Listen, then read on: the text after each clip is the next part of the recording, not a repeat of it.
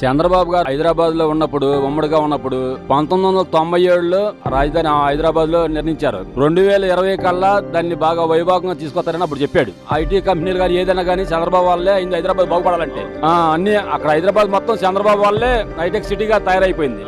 ఇప్పుడు రాజధానిని భూమి మనం పక్కమ్మడికి వచ్చేసాము, మనకి ఒక ఇల్లు అనేది ఉండాలని రాజధాని అని జనాన్ని అందరిని నమ్మించి అందరిని ఇప్పుడు ఒక గజం స్థలం తీసుకోవాలంటే ఎంత ఇబ్బందులు ఉంటాయి.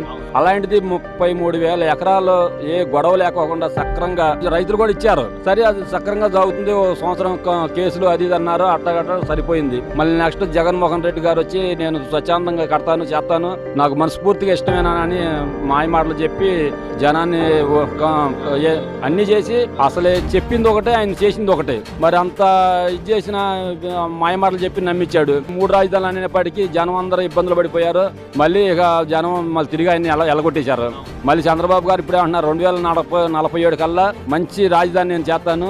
రాజధాని అంటే ఒక మామూలు రాజధాని కాదు ఇది. మళ్ళీ ఎయిర్పోర్ట్ రావాలంటున్నాడు, రైల్వే జోన్ రావాలంటున్నాడు. అది అన్ని చంద్రబాబు గారి వల్ల ఇది చేయాలన్నా. ఇప్పుడు వైసీపీ వాళ్ళు దాన్ని తిప్పి కొడుతున్న అంశం ఏంటంటే అప్పుడు అన్ని వేల ఎకరాలు అని చెప్పి తీసుకుని మళ్ళీ ఇప్పుడు 40,000 ఎకరాలు అవసరం అవుతాయి అంటున్నారు అని చెప్పి మళ్ళీ జనాల దగ్గర స్థలాలు తీసుకోవడానికి ప్రయత్నం చేస్తున్నారు అంటున్నారు. కానీ ఇక్కడ ఏమేమి వాళ్ళు నిర్మిస్తామంటున్నారు, ఏం జరగబోతుంది మొత్తం?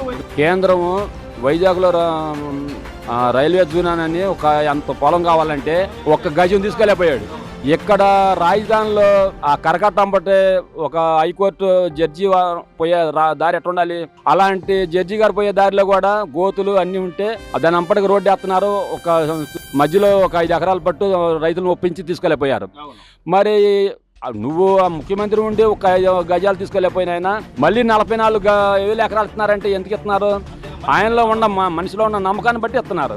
గత 5 ఏళ్ళు చూసిన దానికి ఇప్పుడు ఇక ఈయన తప్పితే ఇంకెవరో లేరు అనేది అర్థమైపోయిందంటారా? అర్థమైపోయింది. చంద్రబాబు గారు ఉంటేనే ఈ రాజధాని బాగుపడిద్ది, ఈ రాష్ట్రం బాగుపడిద్ది. ఏ పరిశ్రమలు రావాలన్నా, బయట వెళ్ళి కంపెనీలను తీసుకురావాలన్నా, ఏది చేయాలన్నా అది మనకి ఒక లీడర్ చంద్రబాబు గారే. కౌలు డబ్బుల కోసం కూడా ఎన్ని ఇబ్బందులు పడ్డాం. కోర్టు బాగుంది, కౌలు రాలా.